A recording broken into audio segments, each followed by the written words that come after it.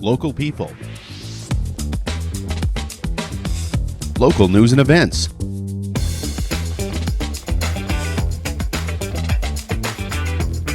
local sports, local matters. For all things Lloydminster and area, this is Live with Kurt Price.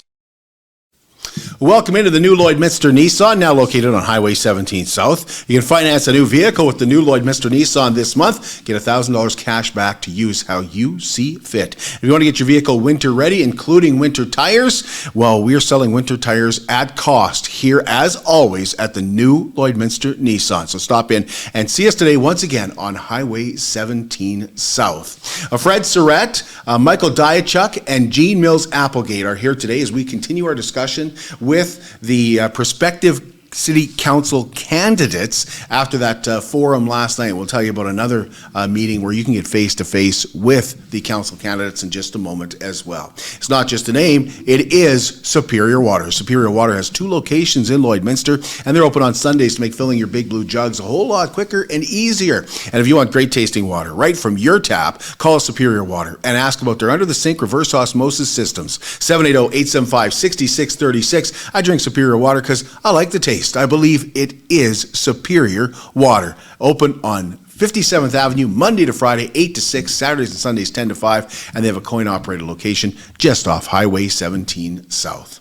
Well, once again, we'd like to congratulate Miranda Hopko on being selected for Cupcakes for Caregivers. Miranda works at the Lloydminster Hospital. She was nominated by her mom. Her mom had hip surgery, and Miranda took her into her home and took care of her as well. She also has 2 boys that play hockey, and she does a lot of work with those hockey teams. She is a very worthwhile caregiver and deserves to be recognized. Now, if you know somebody that we would like to recognize, you can do so by nominating them for Cupcakes for Caregivers. All you have to do is send a short email, or make it as long as you want, to livewithkurtprice@gmail.com. That's brought to you by the Lloydminster District United Way and Sobeys here in Lloydminster. So get those nominations in, and we'll deliver a dozen cupcakes to the caregiver that you choose. And not only that, but acknowledge what they do to make us better in our community. There is a meet and greet for candidates for Lloydminster City Council this Thursday night. It runs 6:30 to 8 o'clock at the Legacy Centre. And from what I can understand, it'll be time rounds for you to mingle with each candidate. So they'll have like a kind of a horn that will go off, and then you'll get to have some FaceTime with the next candidate. If maybe you didn't get your question asked, and I understand there was a lot of questions that weren't asked last night at the forum, this is maybe your chance to get the one-on-one and ask directly as well. Myself and Heather Clagus Price invite you to join us on a special trip to Europe, a 2025 bucket list trip where we see all kinds of World War I and World War II memorial sites, battlefields, museums, and more. We're going to start in the Netherlands. We're going to move through Brussels and France, and we're going to see where our soldiers fought. Now, what we did is we customized this trip to make it as Canadian as we could be. Now, that means we're going to Vimy Ridge. It means we're going to see the Passchendaele Museum. It means going to Grosbeek, a Canadian War cemetery. It means seeing the cemetery where John McCrae wrote in Flanders Fields. And maybe my favorite is we're actually going to be on Juno Beach on June the 6th for what will be the 81st anniversary of D-Day, and 2025 marks the 80th anniversary, the end of the Second World War. You can come with us. All you have to do is give Lambert Travel a call, 780-875-4414, or go to lamberttravel.ca. And if you have any questions, you can ask anybody at Lambert Travel. You can also flag myself and Heather down. We're happy to answer any questions that you have. Well, Fred Sirett is here and ready to go, so we're going to get right into it. Fred, thanks for coming.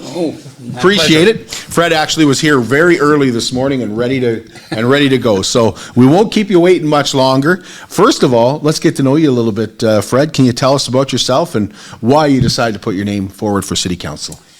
Yes, I'm Fred Sirett Sr., and the reason I did that is there's 2 Fred Siretts, and they often get them mixed up. I have 3 sons, Fred, Sheldon, and Kagan. Fred and Sheldon are partners and officers in guest control systems and Shield Mechanical here in Lloydminster.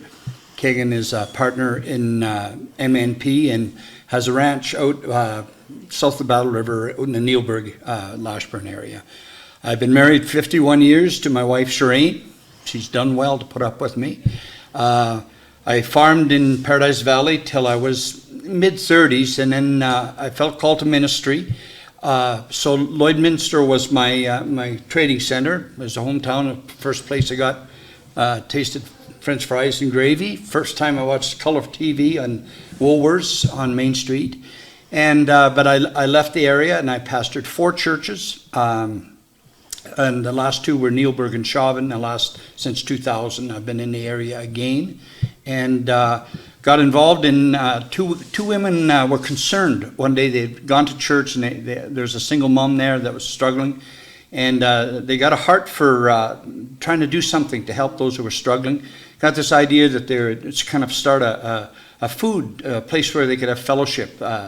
So they asked me to be a part of that, and I reluctantly did so. And make a long story short, I was a chairman when we applied for charitable status and the first chairman of Olive Tree. And it was such a blessing to me at that time. So 6 years ago, we moved in 2018 to Lloydminster. It's our home, and it's always kind of been our home place, but it is our home now. I got involved in politics because I became more and more interested, and I guess I feel like we're getting further and further away of what really holds our community and our country together in so many ways. And I felt that about Lloydminster as well. And I just feel that we need to have voices on City Council that are concerned about the community, have a community focus, and that's where I'm at, and I'm putting my name in to serve.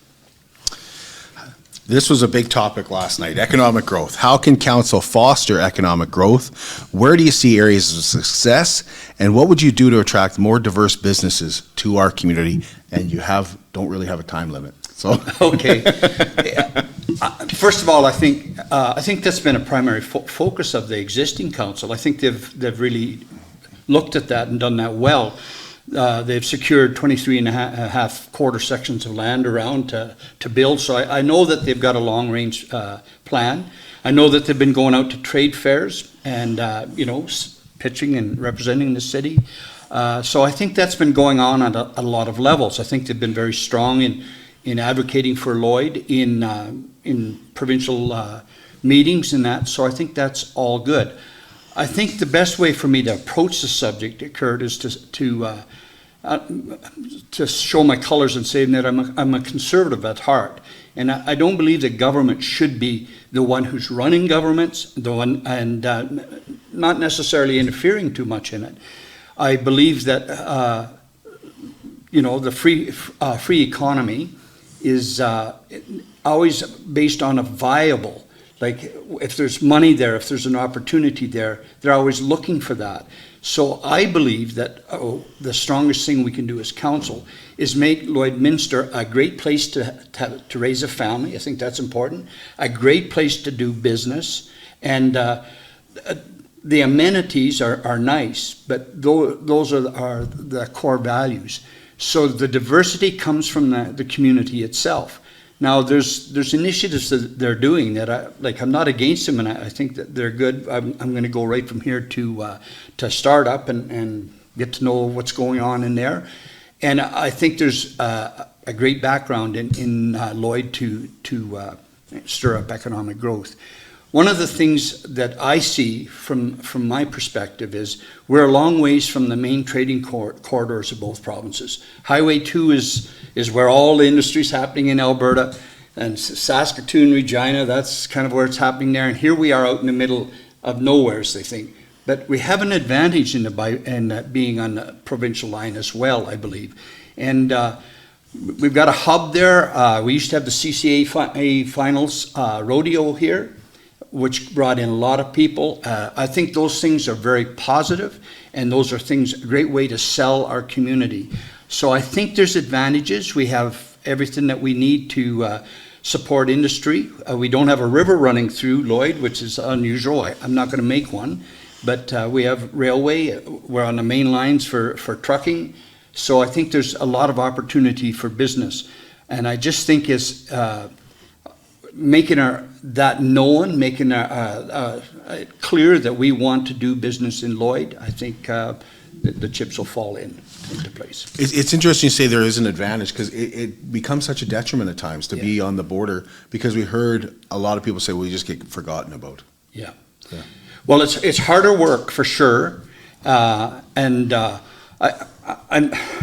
think we had the summer games here. What a great place to have the Western finals of sports and that. We're having the under 18 girls national here. Cup, yep. I think all those things are positive, hey? We can't do it, like the city was here before they put the border in. So it's very difficult. If I could wave my magic wand, I would say, let's just declare the sovereignty of Lloyd, that we secede from both, and we're gonna have it our way, and we'll run things, but that's not a reality. And there's some huge problems I think we're gonna get into about the health issues. I mean, it's frustrating, to say the least. I don't suppose there's many people that haven't had a personal experience of the frustration of the lack of communication between the Saskatchewan and Alberta health authorities. And we had cancer in our family, and would go up to Edmonton, and because the MRAs were in Lloydminster, it came from the Saskatchewan, and they don't communicate, and we go up there and the information isn't there, and we're going back and forth. Hugely frustrating, but there is some advantages to being on the province in our location. Do you want to go to healthcare next? Sure, I'm fine with that, you bet. So while healthcare is a provincial responsibility, what role do you see council playing in order to ensure residents are getting the best care possible closer to home? How do we do that? Yes, and I guess, again, because they have to influence the provincial governments, both of them. We have some very strong advocacy groups. I sat in on one where we were talking about long-term care beds, which is a big issue. Saskatchewan is lagging far behind in that, and the concerned seniors have just made a proposal and for 180 beds, and they've divided them up, and so they're at work, but the place of council is to support them and to help them. And Mayor Albers did do that meeting. He made a suggestion about how to present that proposal so they'd listen, and he knows the legal routes of authority and helped them with that. So that, to me, is the proper place of city council. We have some very ardent, capable citizens that are willing to put their hand to the plow. And so I think, again, I think government has to understand that it's just one part of a community involvement in politics. So I don't know if that's answered all the question that I want to answer, but... Homelessness was listed as our biggest concern by Saskatchewan's current MLA when she was on this program. What recommendations would you make to help solve the issue locally? I went to the conference on homelessness in Lloyd, and one of the things that I thought was interesting, we spent a lot of time doing the data on how old the houses were and so forth. And I'd like to go on record as up till now, I don't think we've really had a supply crisis or shortage. We have the homes. We are, it appears to me, to be quite short on low-income housing, and that needs to be addressed, and I'm sure is a topic of concern. But homelessness has got wrapped into the crime and the street thing. They're on the street because they haven't got a home. But really, the street situation is a problem of addictions, mental health, and social dysfunction. And so how do we do that? And in the conference, we talked about that a bit. As Olive Tree is administering the home-based program. Right now, there's 40 people that are in the program. And what that means is that they have been helped to get a place, and that there's a social worker that is staying in contact with them, helping with the challenges of some of these guys have never had a home before.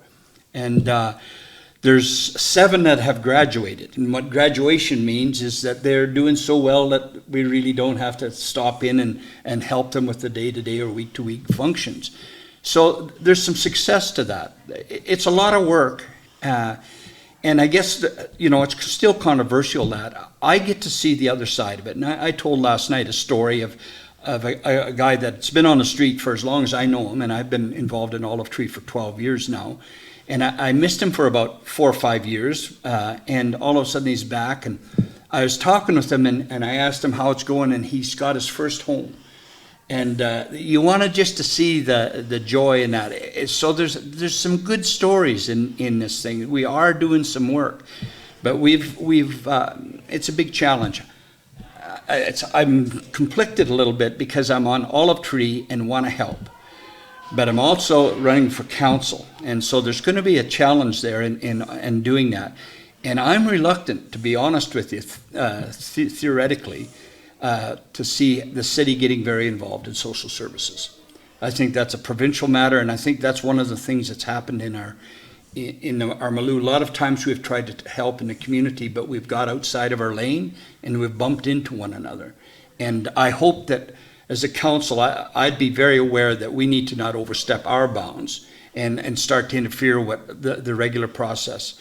When you go to a supper, there's a lot of volunteers come. It's awesome to see them, and it's awesome to see how that interaction happens, and that's at the heart of Olive Tree. But a lot of times we mean well, but don't use very wise things. So we tell them, like, you can't give our clients, our guests, your home phone number. You can't give them $5 or $20. And people think, oh, you're being hard-hearted. But if every volunteer came in there and they told a sad story and you started to give them $25 to $30, you're actually helping the process of healing, and instead of helping. We have a policy where you can't take food outside. You can't just come in for supper, grab the food and take it outside to whatever, because we believe that people need to be in community, and the magic of Olive Tree is that there's healthy people with connections in that, and you get to know one another around a meal and you're talking. It's not about the food per se, it's about the community. And so I don't know, again, if I've answered all that, but that's what's on my heart. Well, one thing I heard you say, and like the residents in that area were really upset with the city. Yes. Because, and there was meetings held, and they've kind of come together a little bit to say we're not going to, and they've made change. They've helped foster change in that area. But what I'm hearing you say, Fred, is you're barking up the wrong tree. You should be barking up the provincial tree. Is that what? I just want to be sure. I don't think it's either and or. I think we need to stay in the right lane. So now you're opening up kind of the crime part and the frustration of that, and they're all tied together. It would be wrong for anybody to assume that the reason that they're having problems in that area isn't because there's a men's shelter there, because it's been part of the factor. But I think if the men's shelter was run properly, and if we enforced our laws properly, I think it's manageable. So the issue isn't really the fact that we have a men's shelter in Lloyd. It's how it's operating. A lot of people expressed frustration about the men's shelter. They attacked many times city council, and I understand the frustration of that. But honestly, they should have contacted the provincial. And Matt, both Alberta and Saskatchewan had audits on that. If they have concerns about the way that's run, that needed to happen that way, because I suspect it would have been dealt with if they had complained to the right level social services of Alberta and Saskatchewan. Somebody would have picked that up and started to deal with the problems. But we've mucked our way through it. Now, I was at one of the town halls where there's, I think, over 100 people there. A lot of frustration and anger there. And honestly, some of them, I understand it. Like the one man talked about 2 invasions in his house. His wife, they've been getting physical with him. 2 of his daughters had been physically approached by people in the street. Those are pretty hardcore issues. I understand getting angry about that. But when I heard them, and 2 of the people said there, in the first 5 years, it was good. And it's just the last 5. If you go back 5 years, we're in COVID. Yep. But we're also in a federal government that just in 2019 literally decriminalized all vagrancy laws. And so all of a sudden now we don't have the tools to fight with that. I think city council is in the middle of all of that. Like we have a table set for us, but we can't really change the menu. But what I see happened was the frustration of the community got so high that all of a sudden I monitor that area lots. I saw way more police activity. I saw things happening in the street. And I think that the level raised so far up that the city council, the police, all those resources in the city dug in a little harder. And what I'm saying as a council is this is so wrong that our people are afraid in our streets. It's so wrong, and we can do something about it. It hasn't been like that for the 150 years we've been around. And something's gone awry, and we need to do everything that it takes. So if there isn't federal laws that can deal with this problem, we need to be resourceful in making bylaw changes so that we can deal with people that are just roaming around the streets and literally pillaging without very much control over it. You kind of got into this with vagrancy laws and stuff, but next up is crime.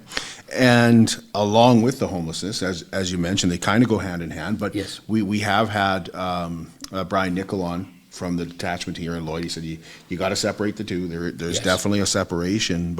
And you did kind of get into this a little bit, but I'll press you a little bit more. Yes. How do you think council can develop and maintain a safe and viable community for everyone? And you listed this last night as your number one concern. It was. Yes, that's fair. Again, I'm not a very good politician, but I may not be answering the question that you've asked, but maybe it's relevant. One of the things that I've heard over and over and over again in the last weeks and months in Lloyd, from city officials, from provincial officials as well, and people in authority, is we can't do anything about it. And I heard one, and kind of laugh of our council saying, well, they went to a municipality meeting, and when somebody said, when you get the solution, let us know, hey? And I'm going, gee, that's a wrong look. Like, we all get that there's crime and those frustrations, but the city's got to be on it. So the city needs to be listening to the people. I think what's happened over in that northeast section, and I went door to door campaigning over there, so I got a pretty good look at it, is that like the concerns seniors, they're concerned about a specific issue that affects their life and they see needs to be addressed, and that's long-term care beds and palliative cares, and they've become very resourceful over the years and very powerful. And I think the city needs to come alongside of those group over there and talk with them and help them to have a voice to make the changes in provincial matters and security. And whatever comes out of that they can help with, that's what we need to do. So I even, during the campaign, I went to how to run a campaign, and a pretty powerful, well-known guy. And we were talking about the homeless and the crime issues, and he said, maybe you need to do a commission. And that got my interest, because a commission would be a group of concerned people, and they would be given authority by the city council. It could be a lawyer and a policeman, or a mom would be great to have on there. And that give them some authority to go around and ask some questions and look at the issues and come up with some answers. And I think there's a lot of fog about the issue and a lot of misconceptions. We do that in other areas, like healthcare, like housing issues. Why can't we do it as well about security for Lloyd? Have a concerned citizens group about crime in our city. Deal with it, to be honest. Bureaucrats are pretty busy. I'm not picking on our admin. They're pretty busy to be dealing with really this a moral issue that's going to go on and on and on. And I think that's maybe a reasonable response.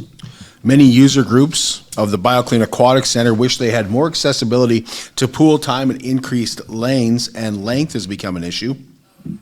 We're using temporary space right now for our museum. We moved the library to the Lloyd Mall, and a new event center is set to open in 2025. What do you see as the next major recreational facility needed for our community, and can we pay for this without increasing taxes?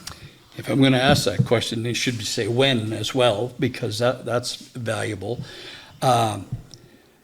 I personally feel like we are debt ridden. I'm very concerned about it. I see some warning signs. The unrestricted reserves have been depleted by half, about 15 million a year. And what admin's doing with that is they're taking those resources of what I would call savings and putting them into the funding of our budget, and thereby insulating us from raising taxes. And I support that, and I see the need of that.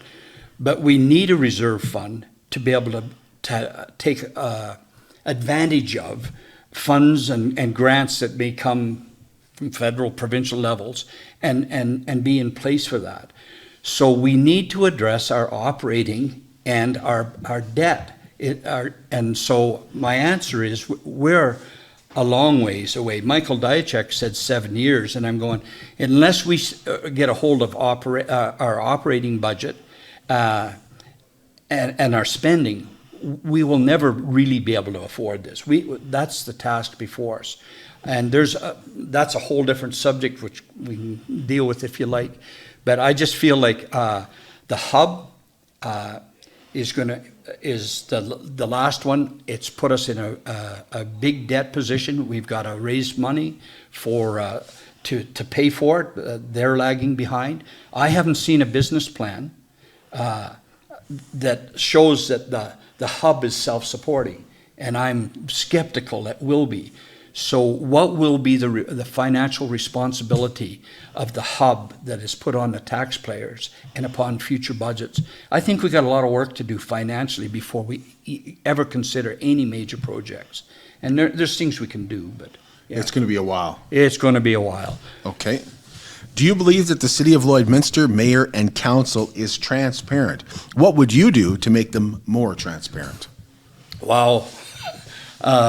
I'm not going to throw any stones at them unless they start throwing them back. But it's a tough game. For anybody, I've got really involved. So I go on the website and I'm looking at stuff and looking at things.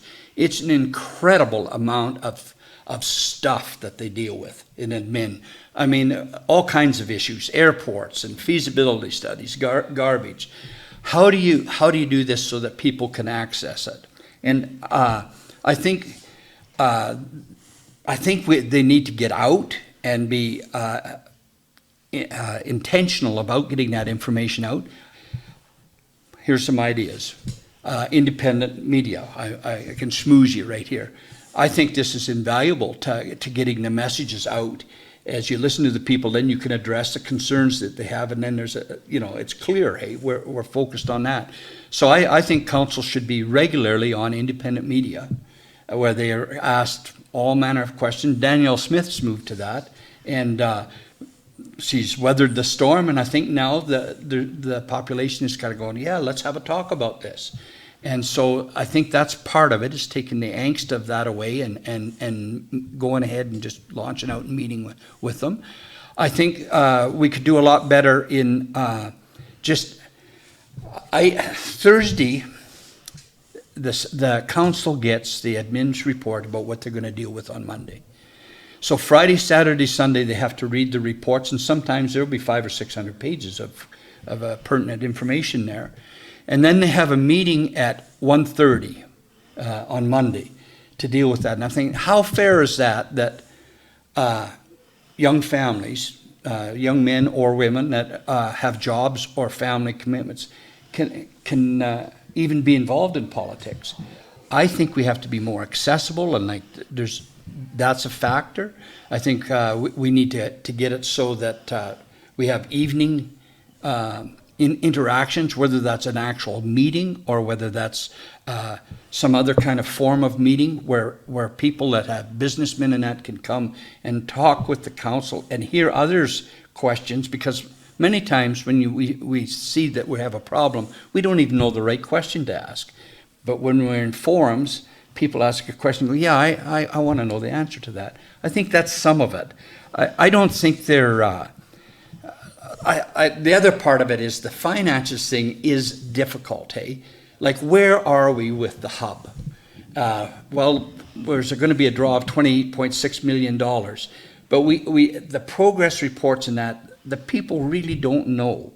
And I think that has to be a more intentional thing. We advertise as a council about meetings and things and feasibility studies, but maybe we just need to put the things in we have decided so that people know which way it's going. I think I'll leave it at that. So the mayor does come on regularly on the program, but you'd like to see city council come on I think more as well. so. Yeah. It's interesting because, like, a lot of people will stop me on the street and say, the mayor doesn't get a vote unless they're split. Like, unless they're split, the mayor doesn't really get a say. So I find that interesting to have city council come on. I appreciate that. Thank you. Do you believe that decisions are made based on the information and recommendations provided by administration to city council, or do you believe influence from outside parties influence decision making? What a great question. And I suspect you've had guys that are talking about lots of different things. So we have a short period of time, so I'm going to talk about overreach of other governments is what I'm going to talk about. And it is a pet peeve for me, and I see a connection with them. A lot of direction of our local government is now being started or begins the process in places like Turin or Paris by environmental concerns, and then them coming up with a program or policies that keep going down and down and down until they get at a municipal level where we carry them out. And we've heard a lot about the 15-minute cities. Everybody just kind of cringes as soon as you say it because it's veiled in conspiracy theories and all kinds of things. But if we stick to the facts of the issue of the 15-minute city, really the design of it has got an intentionality about environmental issues. And most of those, in my opinion, are rooted in big cities and stuff and are unviable, unrealistic, and maybe not even wanted in our local government. But yet we have seen Calgary, Edmonton, for example, Saskatoon's went through it, where there was a great backlash about some of the policies of zoning bylaws that are somehow tied and involved in that. Again, it's not direct lines. And my thinking is that you heard me last night saying in Lloydminster, we take care of our own. And I feel that city council has to take care of our own. And while those things are coming in from the outside now, we have to weigh everything on the merit of that item in of itself. Is it good for Lloydminster? Is it good for our community? And is it helpful and supportive for family? And if it isn't, our vote is no. And I think there's a lot of influences coming in from outside sources. Federal government, one of the points of the strategic 5-year plan was that the city would align its policies and procedures to better access the grants of federal government. So, like in of itself, I have no problem with it. But if there's strings attached to those grants and they're not good for us, then what are we doing there? We are allowing somebody from Ottawa or wherever impose their set of values on Lloydminster. City council needs to represent the values and interests of its residents. It really does. Do you think they've done a good job so far of resisting that? No, I don't. I don't. Not to my satisfaction. I see things that have crept in, I feel like, that have been that, and they haven't heard. And difficult to say them all and to wrestle through how it all looks. The land use bylaw for me is I haven't spoke much about it, and nobody's asked much about it. I'm against changing the zoning laws. And it's not because of I've read the issue, and there's things there about heights and widths and setback and they've amended them so that it even becomes harder to know what we're actually talking about anything. Fundamentally, I'm against changing the bylaws because those zoning bylaws were there to understand that we need to regulate in our community, and they're quite rigid and quite structural, and they're a problem. As you can tell. So you can't just put what you want where you think it should be. It has to fit there. But those zoning bylaws respect the interests of the people.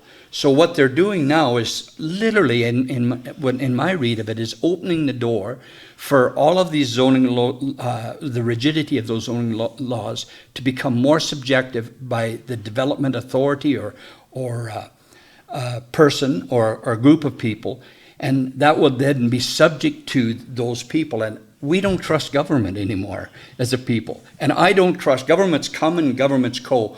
I think those zoning laws are protection, and I think people who have personal property need to be protected.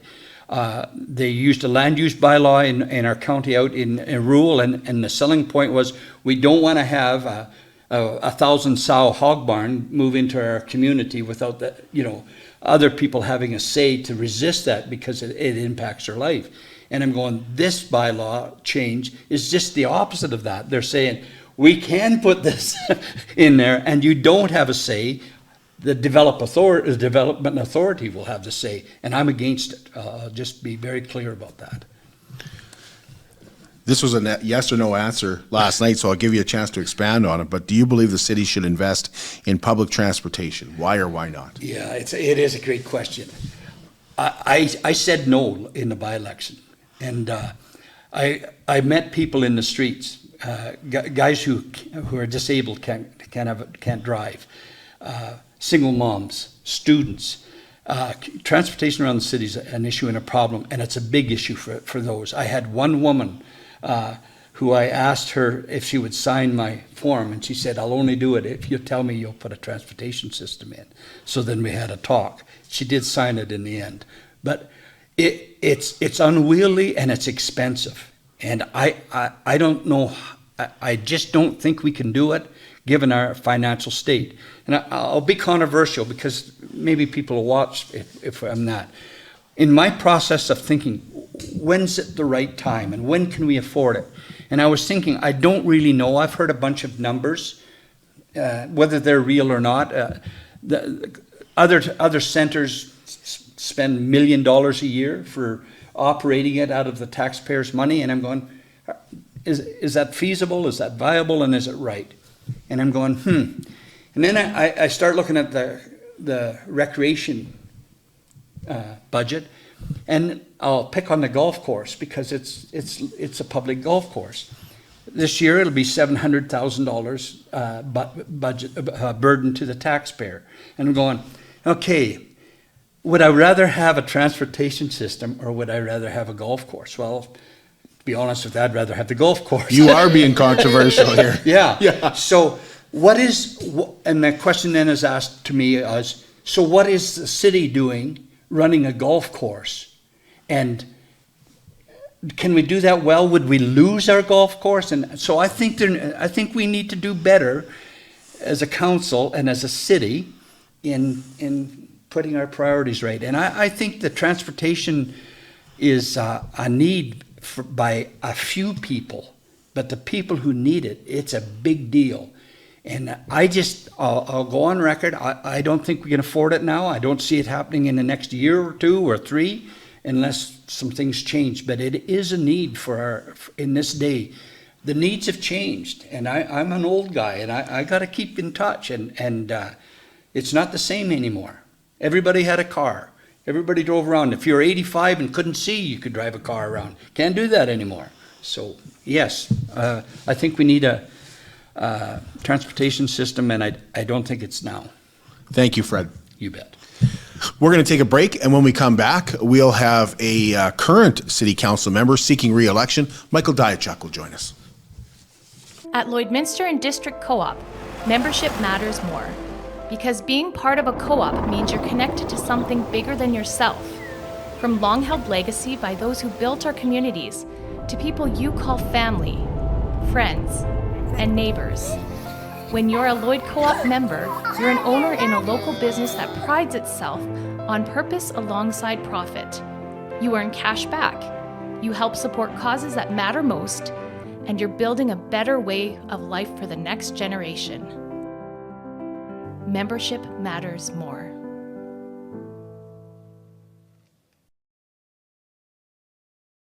How can you help support the oil and gas industry and jobs in Western Canada? The answer is closer than you think. Sell your scrap metals to PWM Steel. PWM sells scrap iron to Evraz, located in Regina. Evraz's #1 customer is the energy sector, building pipes and plates for the oil and gas industry. PWM Steel is your locally owned metal recycler and steel service center in the area. Plus, they're a strong supporter of the community. PWM Steel, your top steel supplier for Alberta and Saskatchewan for 40 years.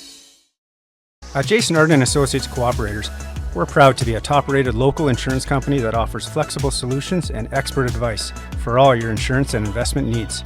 We'll work with you to tailor your insurance specific to your needs, and we offer investment advice that always puts you first. At Cooperators, one of our core values is to give back to the communities that we live in. Thanks to the support of our clients in Lloydminster and area, in 2023, Jason Arden Associates has donated $40,000 to local nonprofits, charities, students, athletes, and other special events.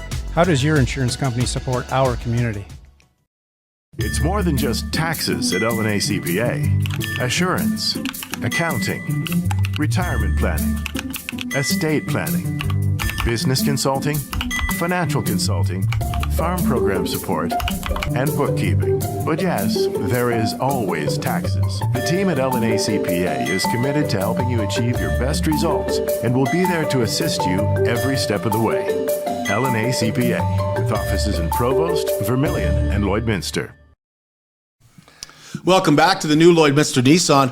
BioClean Disaster Services is committed, certified, reliable, and will help you get your life back. BioClean Disaster Services is Lloydminster's local restoration company, and it is so convenient that they are also Lloydminster's largest restoration company. We invite you to call BioClean Disaster Services for fire, flood, or any kind of disaster and see the difference that they can make in helping your family get your life back. Taking care of your business, your home, your belongings, that's important. But what really counts for BioClean Disaster Services is getting your family back to where you were before the disaster. 1-833-246-8326. Our next guest is a current city council member who is seeking re-election, Michael Diachuk. Michael, thank you for being here. Appreciate it. Yes, thank you for having me. It's always kind of awkward when we're getting to know the current council members because I feel like a lot of people do know you. But I do want to ask you to tell us a little bit about yourself and why you decided to put your name forward again. Just a bit of background. Moved here in 1998 for 2 years, and we're still here. Moved here to work with the Lloyd Public School Division, so I worked 8 years as assistant director, 8 years as director, retired, then went to work for 6 years at the college, also starting my own education consulting business. And then the challenge came from my daughter.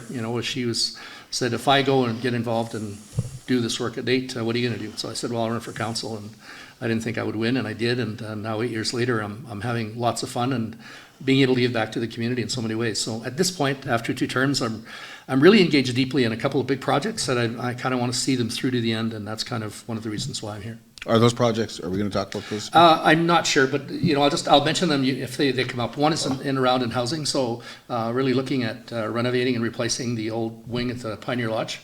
And the other one is really looking at regional focus around tourism and economic development. So we're pursuing some grants and whatnot, and in particular right now with NATE, where their 4th-year business students will, for free, do a project where they will study the region and all the communities all the way from Manville up to Lloyd, and do some work on economic development as well as tourism, and say, here's the plan. If you want it, use it. If not, it's your choice to do whatever you want with it. But it's the idea for me is that, we're stronger as a region when we lobby than individually. And one of the things that I do promote, and certainly have sat on annexation and other kind of committees where we work with our neighboring jurisdictions, is that, not everybody wants to live in the city. And not everybody wants to live in smaller communities, and so the opportunities they have in their region are great as they are with us. And when we're successful, we're going to be more successful when we're working together and making some of those things happen. How can council foster economic growth? We heard this lots last night. Yeah, it was a big one last night. Where do you see areas of success, and what would you do to attract more diverse businesses to our community? Wow.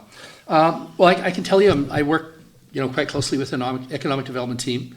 Sat on the economic recovery task force with the city during COVID and involved with meeting a number of business people, the city manager and mayor, and it was part of that, seminal piece around shop local and supporting that. I work with the ECDEV team, and we go to ICSC in Whistler, where It's an international conference with shopping centers, and what we do is promote the city. And so from a city perspective, and attending all these active conferences, is that what we do see is that there are a couple of things. Know your story. Know what you're good at. Know what you have as assets within your community. So when we go to these conferences, the things that people want to know is, what are you developing? What are you working on? What's your potential for growth? Do you have industrial land? Do you have commercial land in your site? So, I'm the guy who goes out and grabs people, and I'm going to bring them back to Wendy and Catlin, and they're kind of the deal closers, and I'm the fisherman going out and roping people in to do that. The part for me that's difficult to wrap my head around is that some of the businesses move really, really slow. So things that we planted a seed for 3 years ago are just starting to turn the corner now. And yet, the part that really is tough to sort of wrap my head around is that everything we hear from economic development is that, you need to have your stuff ready. Eliminate as much red tape.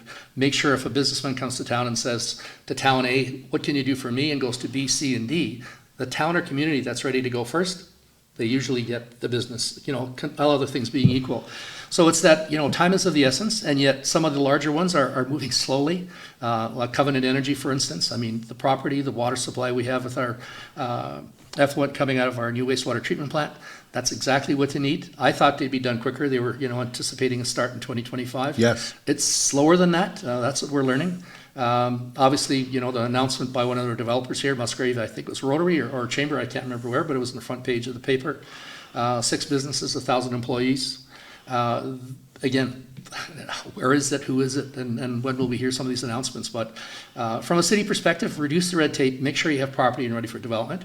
The other piece that I've learned is that we have so many businesses that people aren't aware of, and we don't really sell our story fully.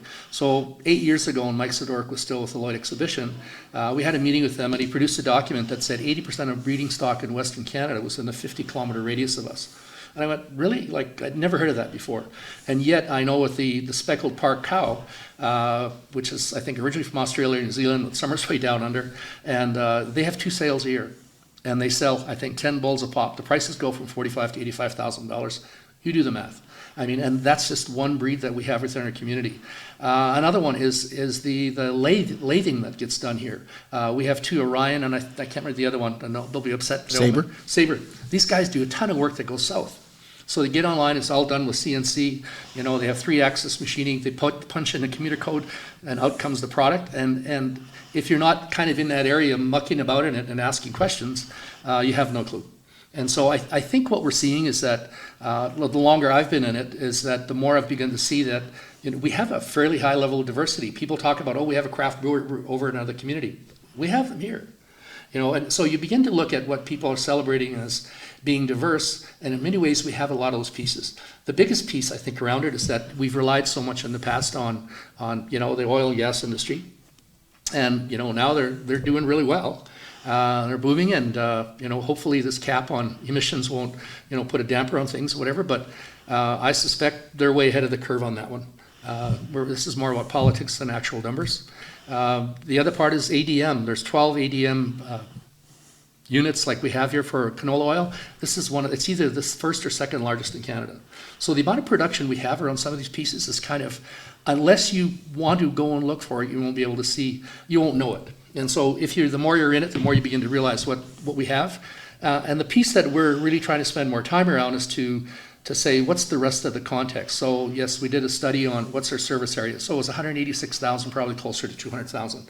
That really opens a lot of eyes when people want to invest in our area, because they realize it's not just the Alberta side of Lloydminster or Saskatchewan side, but the service area, which is huge.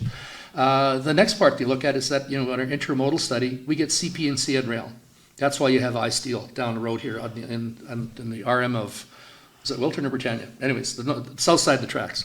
And so having that business service model that says this is the area, the number of people we serve, we have CPCN, we have Highway 16 going through, we have water that comes out of our wastewater treatment plant we're able to sell commercially because we don't have to return all of it back to the North Saskatchewan River. Our study that we just did on our airport, I think, positions us really, really well to get back in the game with the airport, having air service here as well. Those are pieces that attract attention where people want to invest in that community because they see opportunity and they see growth, and they see the city doing its thing to make sure they're presenting their story in a way that becomes a viable place to be. And I think in the last piece around it is that, the feedback we got from people when they're here for summer games, you have a beautiful city. It's amazing how well you keep it, in terms of the parks, the roads, the highways. And we don't, if you drive every day down the street, you probably don't see it because you're not looking at it, because that's what you're normalized with in terms of what you have. But visitors who come here go, wow, this, there's a lot here to offer. There's been some negative stuff said about, we get forgotten all the time. Do you find that, or is it we're not forgotten? It's that if Saskatchewan puts a plant here, it's going to benefit Alberta. If Alberta puts a plant here, it's somewhat going to benefit Saskatchewan as well. We're going to lose out on some tax dollars because we don't know which side of the city their employees are going to live on, that kind of thing.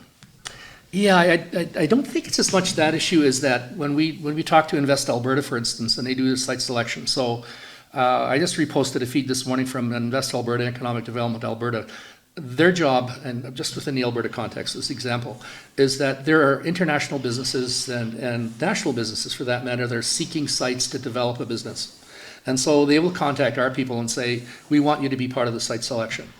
And so we will put all of our information to make sure we'll meet the criteria they need. The problem is that when Invest Alberta goes to do the site selection, they said, don't worry about the demographic stuff, we'll pull it in. But they go into Census Canada, and all they will do is grab the Alberta data.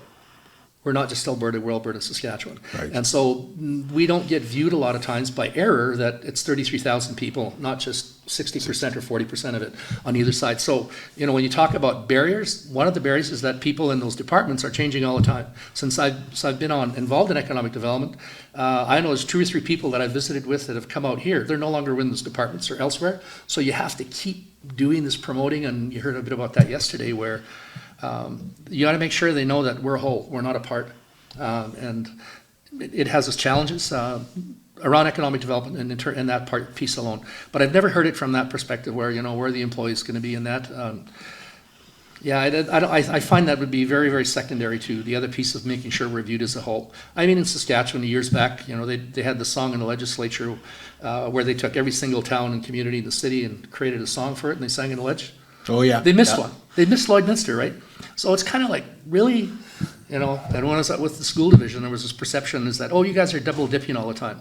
And you go, what do you mean? Well, you get money from Alberta and Saskatchewan. Yeah, we get money from Saskatchewan for Saskatchewan kids and money from Alberta for Alberta kids. But we don't get double, like it's your share, right? They go, oh, well, we didn't know that. How do you do that? And so even how we operate is so foreign to people in other cities and communities because they go, how do you do it? That's crazy. Like, well, how do you do your taxes? So you have to explain, we want to run one tax roll.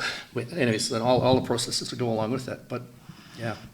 Homelessness is listed as one of our biggest concerns. Colleen Young told us that when she was here. She's knocking on doors, she's hearing that. What recommendations would you make to help solve the homelessness issue? Well, if Missy's loves company, we got a lot of company. Edmonton just spent $14 million. Bigger city, obviously, close to 1 million people. Multifaceted wraparound teams, and they're working, and it's a huge problem for us. We don't have near that level of challenge that they do. Their camp villages are villages. They're not 50 or 60 people kind of thing. Some of the things that have been done, though, I think need to be mentioned because they are making a difference. The home-based program that we're supporting over at the Olive Tree, they've brought about 30 people plus off the streets, transitioned them into houses.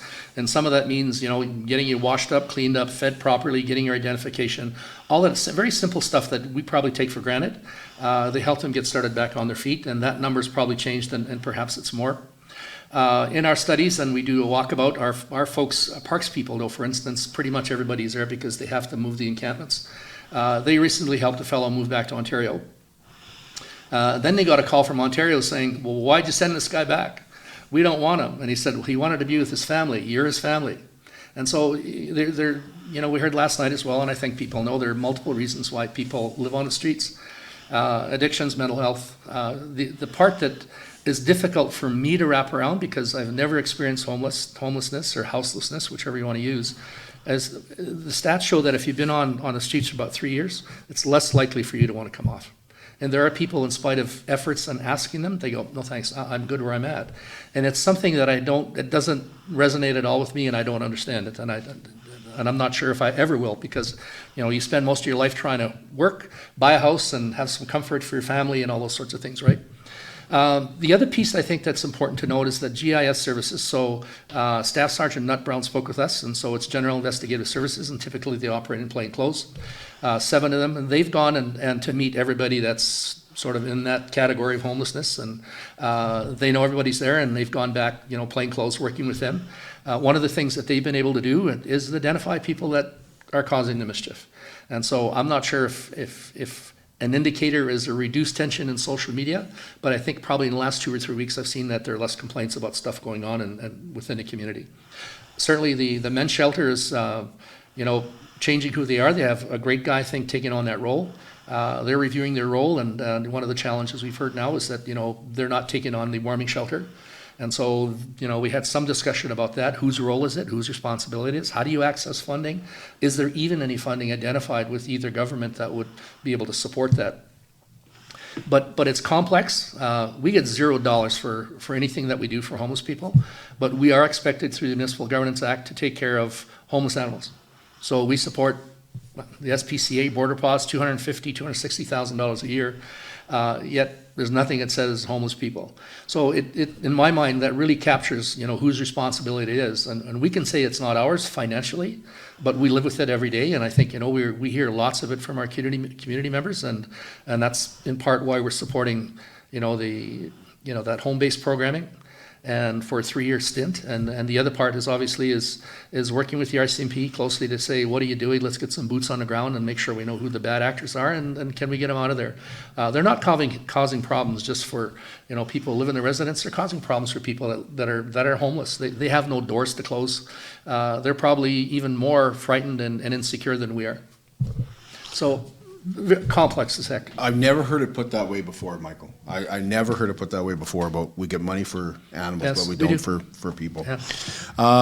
You mentioned you got into crime already, so let's go there. All right. Crime is a huge concern, along with homelessness, for all residents right across both Alberta and Saskatchewan. How do you think council can develop and maintain a safe and viable community for everyone? And you mentioned boots on the ground. Yeah, I think, how we deploy services is a big part of it, and I appreciate the work that, a staff sergeant and our inspector, Brian, I forget Brian's last name, but Nickel? Nick, there, and so we work closely with them. They come and give us reports. And I mean, I think we're also going to see, we have the alert team over, our second story of the RCMP building, and are getting the guns and gangs unit coming over to Saskatchewan shortly. And so the fact that both provinces recognize our location and the challenges within our areas, and is part of the reason why they're putting those 2 groups of people together in our community, we should begin to see some effect down the road. I'm an impatient person. I said, in grade 8, my teacher made me write 800 times, patience is a virtue of success. But tell that to someone who is experiencing homelessness, tell that to someone who's a victim of crime, and it's difficult to have patience. And so I'm really anxiously looking forward to some of those pieces coming together. I know that there's some of the cycles we see, are attributable to how our criminal and justice system works. So you do the crime, we pull you off the streets, we look at our stats, crimes go down. You go in, do your time, you come out, oh wait, so-and-so's back because we see this particular crime is back up again. So we see people going in and out of the, jails and penitentiaries, do their time, come back, and there's a cycle in crime.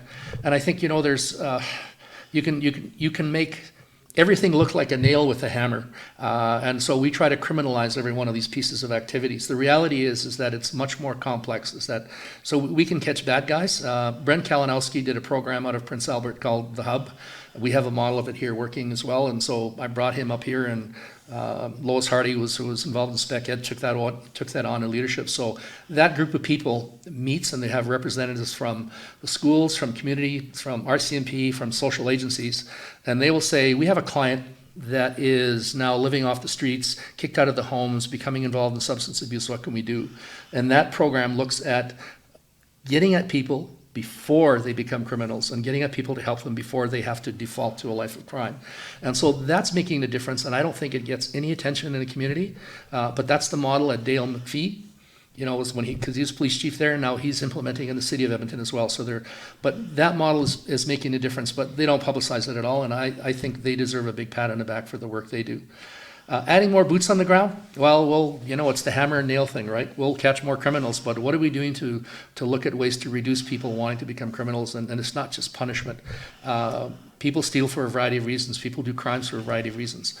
If you're mentally unwell, do you treat those people as if and criminalize them because they're sick? And I think in part because that's the only tool we have. That's our response, unfortunately. You mentioned the Jubilee Home. I'm curious about Pioneer Lodge. Pioneer Lodge. Yep. Sorry, yes. While healthcare is a provincial responsibility, what role do you see council playing in order to ensure residents are getting the best care possible, as close to home as possible? So I'll start in one point. I think part of the challenge for us is that it's not in our lane. Like, we live in a community, but my friends, my neighbors, people who vote for me reach out and say, so-and-so was in a parking lot, she brought her husband, they wouldn't let him in. And because she could have called an ambulance, the ambulance would have hauled the individual from the parking lot into the emergency, but otherwise couldn't get into the emergency, otherwise the person had to walk in or get in on a wheelchair. Anyways, that person's deceased. Some of the things that we're doing are seem to be not rational or logical, or are being done in a way that simply would want to address the wellness of our community. But every one of those issues that people are experiencing is difficult for those people to sort of pick up the phone and say, who do I call in Regina? Who do I call in Edmonton? But they know somebody in Lloydminster. And guess who they know? They know City Council. So they phone us up and we become that point of contact, so we hear those concerns. To the mayor's credit, like we had the ministers of health here, and I'll just go back a little bit. In the fall, we had both ministries of health from Alberta and Saskatchewan hold that evening open house kind of thing with the questions. And I think one of the underlying themes was we're going to look at it in our new study. And a sentiment that I heard come back to me repeatedly was good. They're going to delay doing anything for another 2 years. And guess what? They had a study in 2007, 2015, and they did absolutely nothing in those studies. So how could we trust them they'll do anything this time around?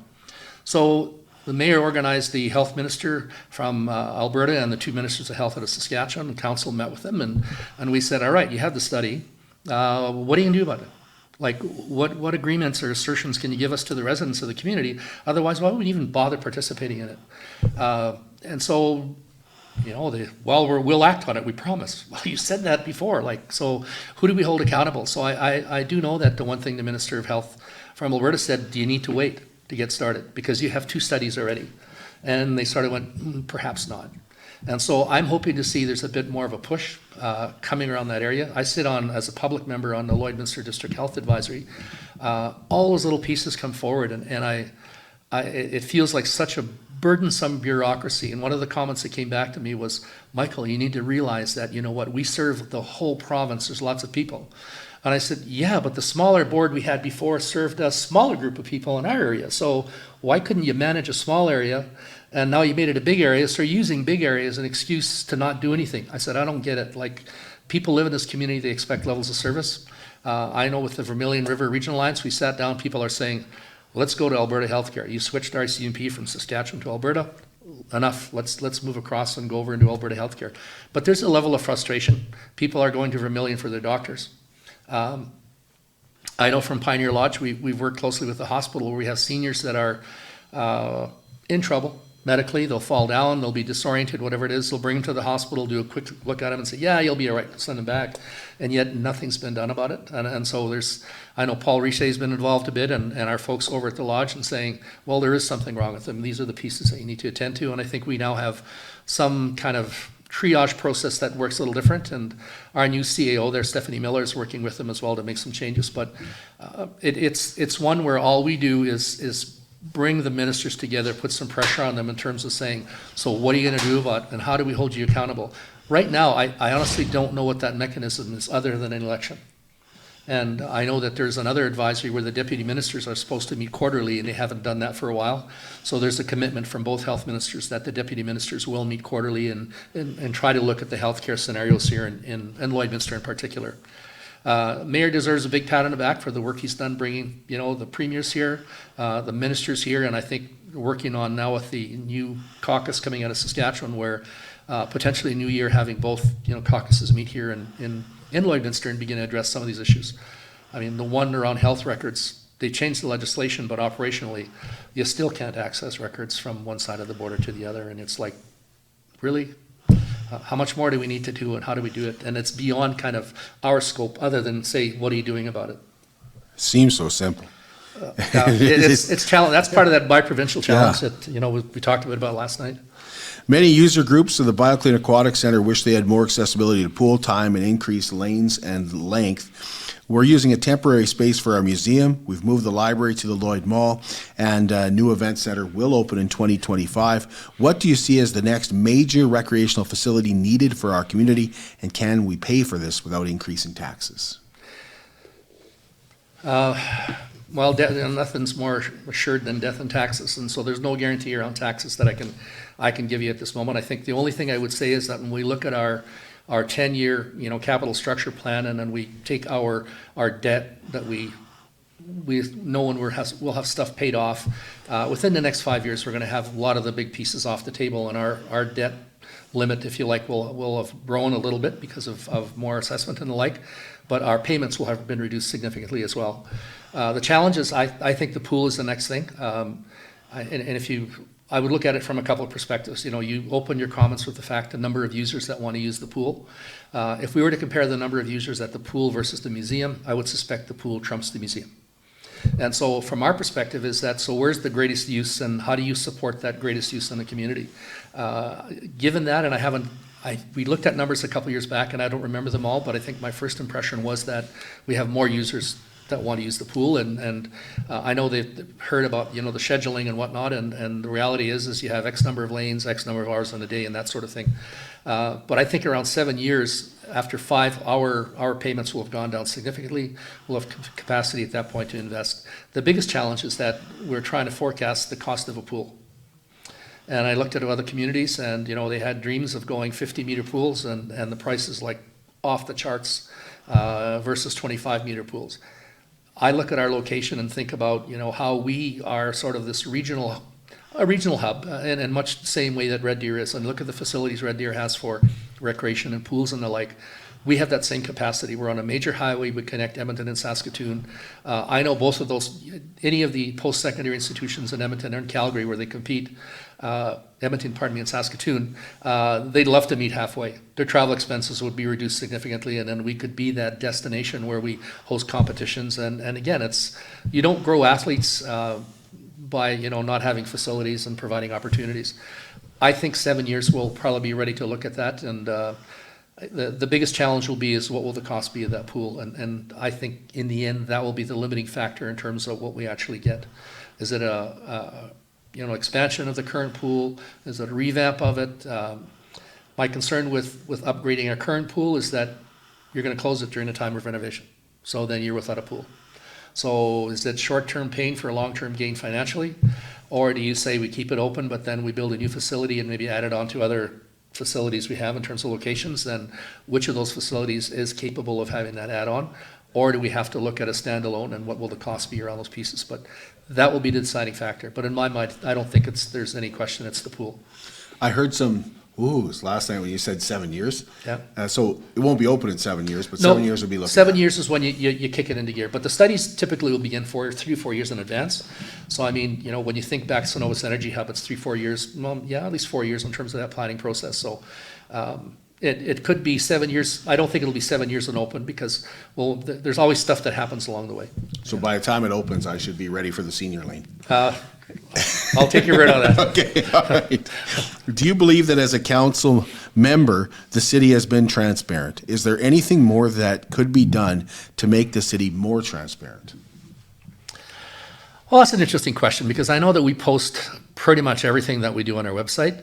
Our website isn't the most efficient to get around in, and we all get that. But if you look at the price tag to want to revamp and square it away and make it what you want, you're probably going to hire a couple people on top of it and use software, and it's quite expensive to do.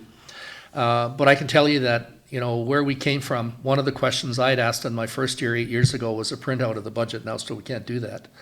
And I was told by the existing city manager I shouldn't worry about it. And I said, I think you should worry about it. If we're going to vote on a budget, I want a printout so I can go away and look at it and make sense of it. Our budgeting process underwent a forensic audit. We had George Cuff come through there, look at everything, and from a financial perspective, the finance tends to be the number one area people are concerned about. And there are a lot of rules that, anyways, were addressed and reviewed, and there's a lot of changes in manpower at the city as well to address those issues. But we now have reserves. People can look at those accounts. It's available. I've heard someone say, well, we want to know what you do in council in closed session. You can't. And the reason is that we discuss things like labor negotiations. You can't share those publicly. We discuss some HR things. You can't share that information. If we're looking at buying something, we can't share that information. There's so many things, and it tends to be about finances and people, those two things where those decisions are not meant for public discussion. And so you don't allow people on those pieces. It's just for good practice and FOIP reasons. And if you want to read the FOIP in LA FOIP in Saskatchewan or FOIP in Alberta, it'll lay it out crystal clear in terms of what you can and cannot get. I'd be interested in knowing what people think they're not getting, and I haven't heard people say, I'm not getting this or that. So if you've heard it, I'd be interested in hearing it.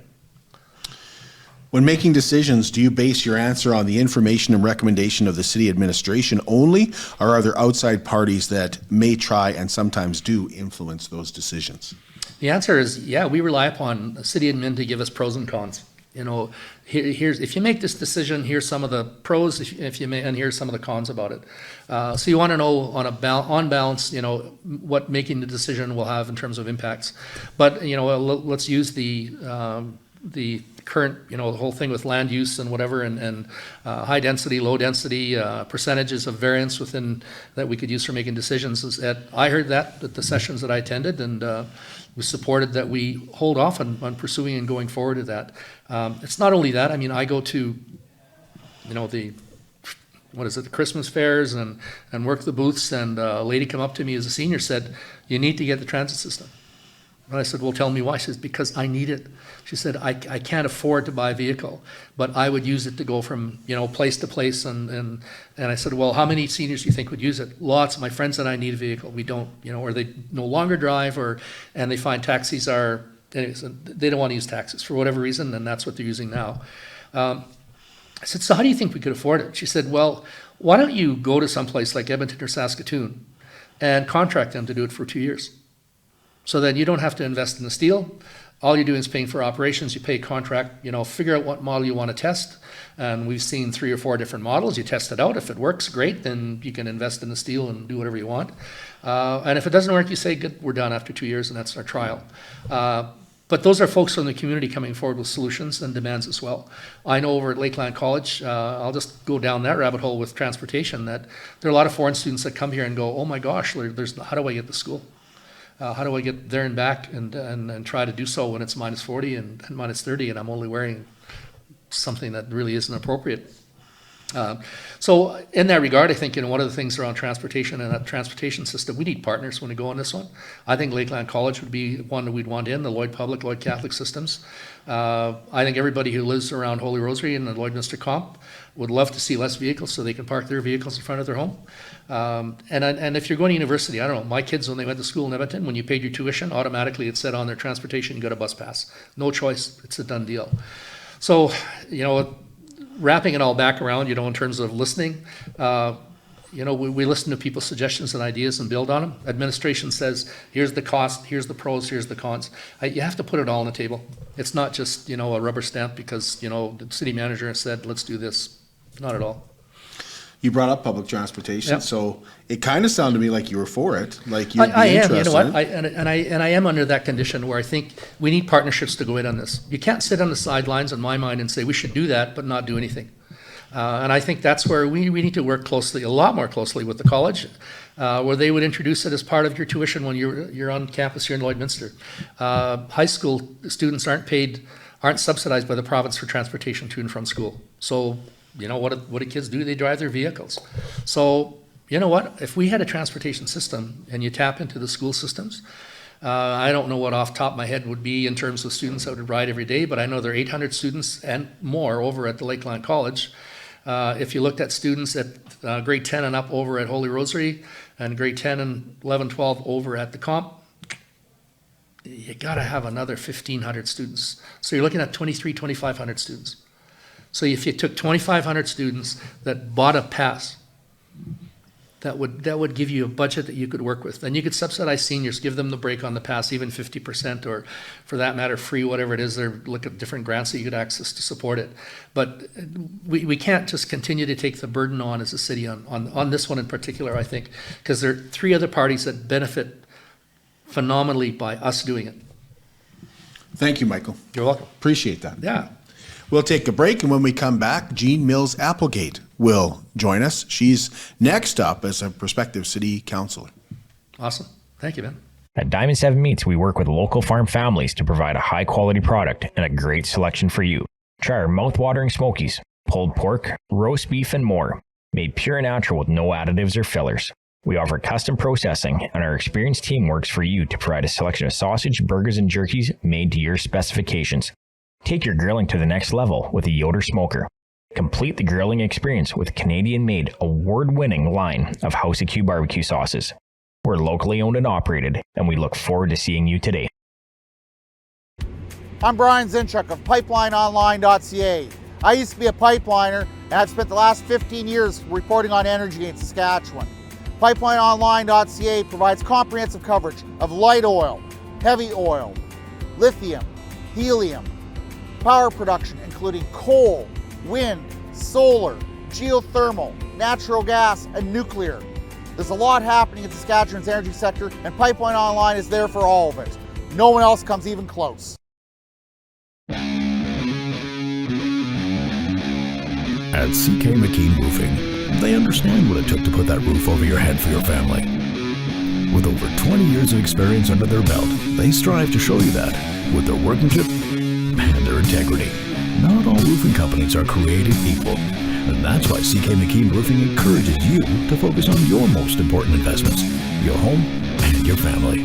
CK McKean Roofing. Roofers do it on top. At Synergy Credit Union, we're more than just a financial institution. We're your partners in every step of your journey.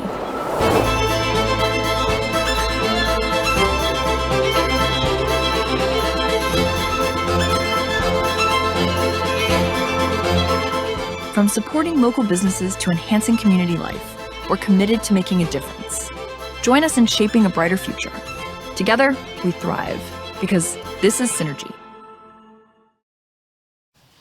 Wellings of Lloydminster is an active 55 and over community for those with a busy lifestyle or those that want to start living maintenance-free because of their health. 66 units each come with a full kitchen with 5 appliances, walk-in showers, and in-suite laundry. And in this busy community, you can get to know your neighbors with a gorgeous clubhouse and a pickleball court, once again, just for residents. You can learn more and take a walk through one of their beautiful 1- or 2-bedroom villas by calling Darlene, and she will take you through and show you just how easy and how light it is to live maintenance free. And if you have questions such as, can I have a pet? She can answer that for you. And the answer, quite likely, is yes. Wellings of Lloydminster, for those that are ready for care freedom living. 780-872-8537. It's a new way of living that's been a long time coming to Lloydminster. It is finally here. Welcome back inside the new Lloydminster Nissan. Our next guest is Jean Mills Applegate. And Jean, can you tell us a little bit about yourself and why you decided to run for council? I'm just going to pull that down a little bit. Well, my name is Jean Mills Applegate. I moved here 30 years ago for a job, and I worked as a nurse's aide. And then I went to work for the city, and I stayed at the city for 16 and a half years. And like I said, I've seen a lot of changes in that time. So And why decide? that's why that's why I'm running for council, because like I want some answers, like why is this drastic change? Like, I mean, me as a taxpayer, there's stuff that's going on that I'm not aware about because we don't get any notices. What can you give me a couple examples of that? Well, like that beautifying downtown. Like me as a taxpayer didn't even know that was going on until it was done. I drive a longer truck and I even have a hard time coming around those corners. Like, I think it's a waste of money. Okay. You know, no wonder we're in deficit with our budget. Anything else that you want to highlight? Just the taxes, how, you know, the taxes have gone up, especially with the oil field, you know, gas and oil services. I was talking to people at the north end of town, and they said their taxes doubled. And like, we're just chasing all these potential money, you know, companies out of town, and that's exactly what they told me. If we don't get a tax break, we're moving out of town. We'll go put our money in County Vermilion River or Maidstone, you know, someplace away from here. And that's sad to see, because we need those companies. They do a lot of sponsorships. How can council foster economic growth? Where do you see areas of success, and what would you do to attract more diverse businesses to our community? Well, you kind of mentioned tax breaks. Yeah, if they get tax breaks and stuff. And as for the growth, you know, I mean, we need some more housing, you know, affordable housing. Like, how many houses are sitting out there unsold? Nobody's living in them because they can't sell them because they cost too much money. So more housing. Yes. Lower housing would mean more businesses coming in. Yes. For more space for employees. Yes. Anything else on that? I don't think so. Homelessness is listed as our biggest concern by the Saskatchewan MLA Colleen Young as she headed into the provincial election. We had her on the show. She said, knocking on doors, this was the #1 issue. So what recommendations would you make to help solve the issue here locally? Well, I went to their first meeting, like I said, last night, and it was unreal what they're doing. They even had one couple move out of the men's shelter onto, you know, they rented a place to live. And that's what they're working towards, you know, changing the lifestyles of these people that are homeless. And if they can purchase a bigger building, these transits wouldn't be walking around because they could have activities if they had a bigger building. They wanted to build that. They wanted to have that bigger Yes. building downtown. Yes. Were you in support of that? Yes, I was.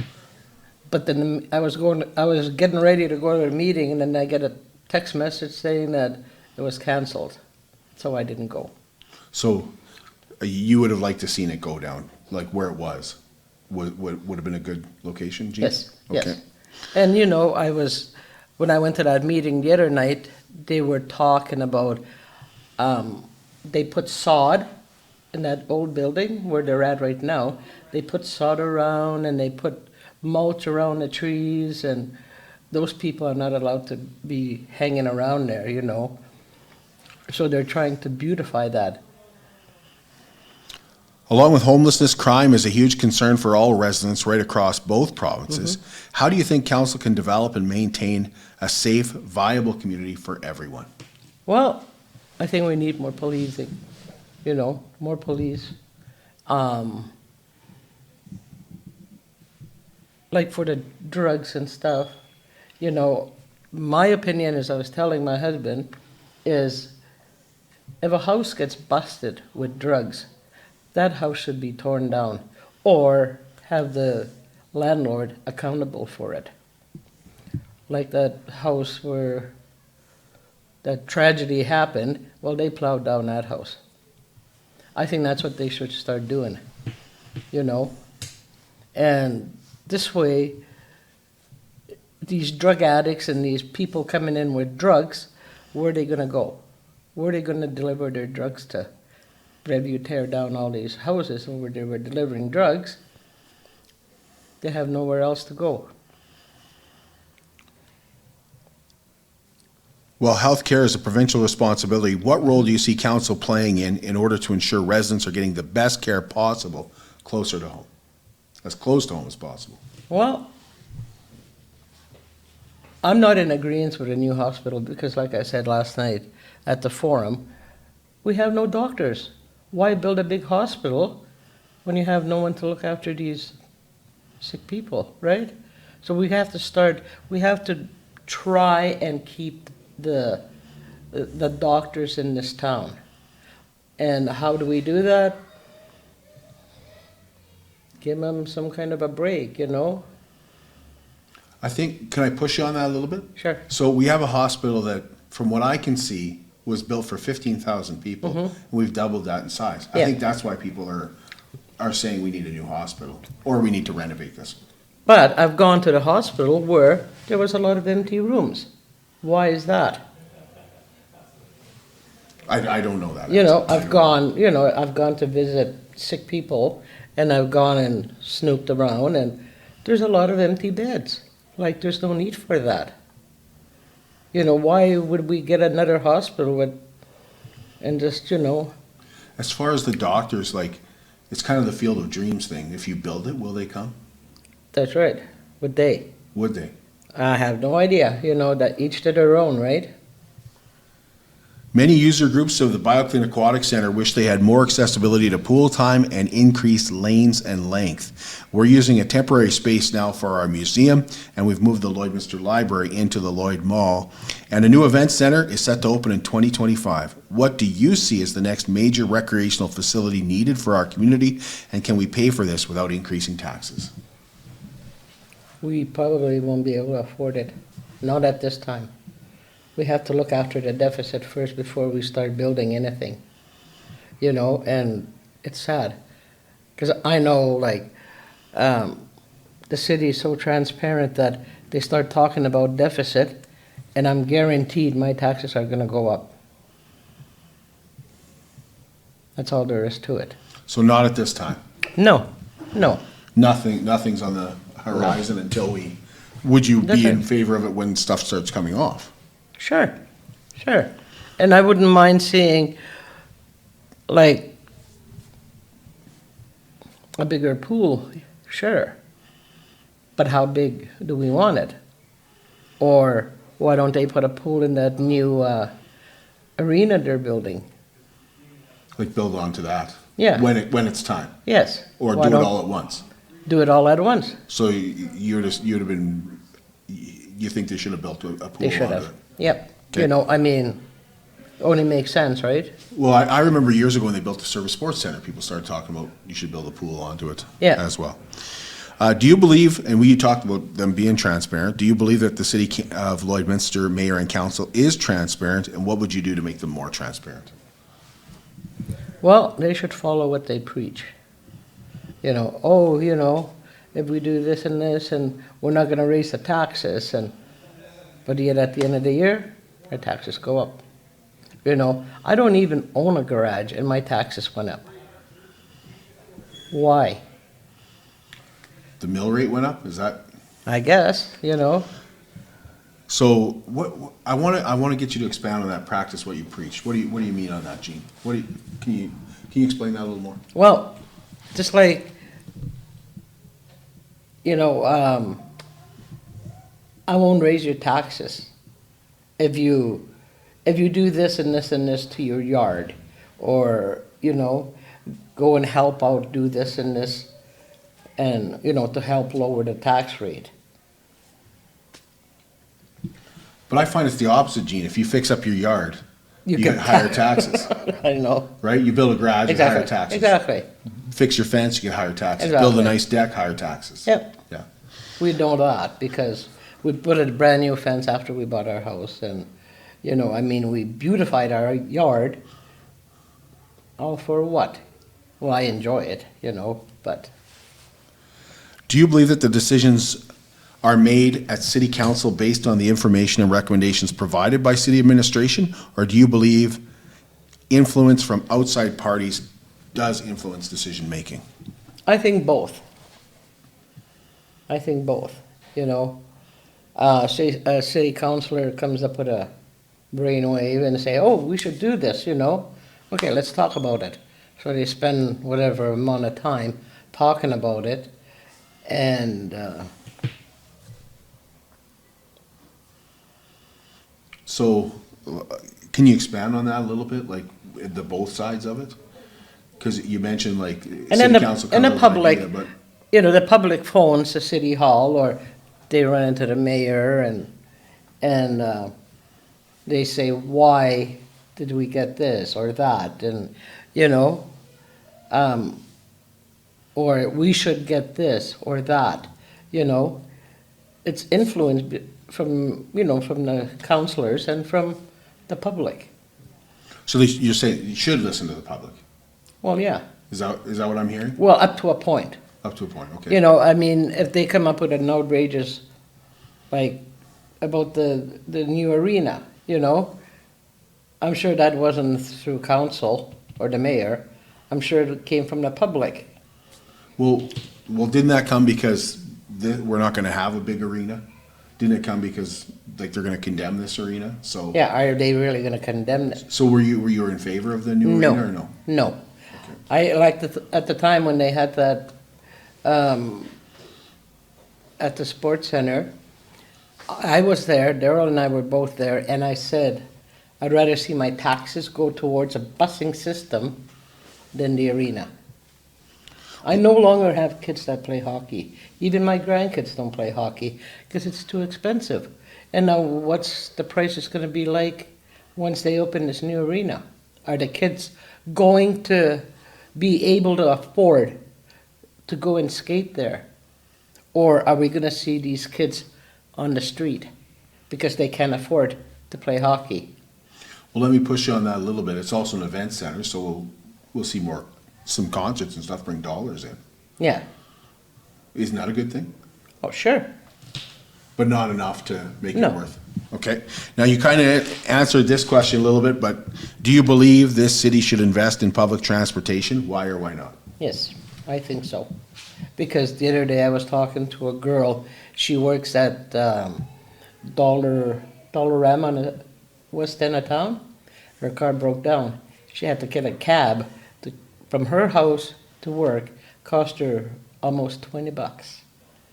Now you do that, that's $40 a day. And what does she make an hour? Is it feasible for her to go to work? But if we had a busing system, that bus can go, they can give them a route. And I'm sure a lot of people would utilize it. Thanks, Gene. Appreciate it. You're welcome. We'll be back with you tomorrow morning, and we will have our 3 remaining candidates here, and we will finish up our interviews with our prospective city council members. That's tomorrow morning, 10 a.m., right here from the new Lloydminster Nissan.